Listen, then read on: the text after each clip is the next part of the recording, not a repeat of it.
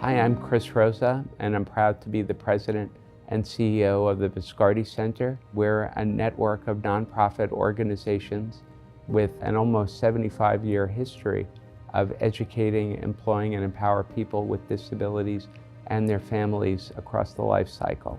Our vision is to have a more inclusive and accessible world for all, the entire world. Our children want to be independent. They don't want to be someone pushing their chair and wait and then open the door for them and let them push them in. During the day when the doors automatically open, I feel like it's great for everyone in the school and me, because that way I don't have to push the door open.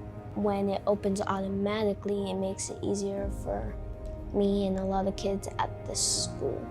It makes me feel a lot more independent, and I like to feel independent.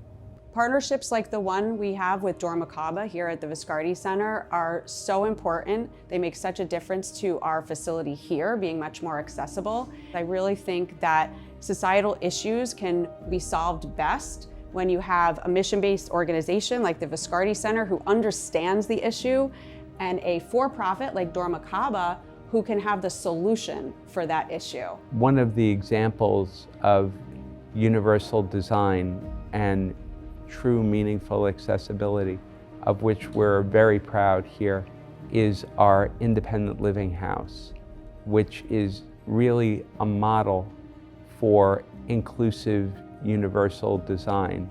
I think for centuries, maybe even millennia, people with disabilities were ignored, mistreated, misunderstood. And we're finally in a time where people are much more accepting and understanding. So we need to jump on that and move things forward as best we can. It really is great to come through these doors and know that people care about you. Accessibility is crucial, not only because of the opportunity that it extends to all members of our community, but to people with disabilities themselves when they recognize that spaces are designed with their access needs in mind. It sends the unequivocal message that they're valued there, that they belong here.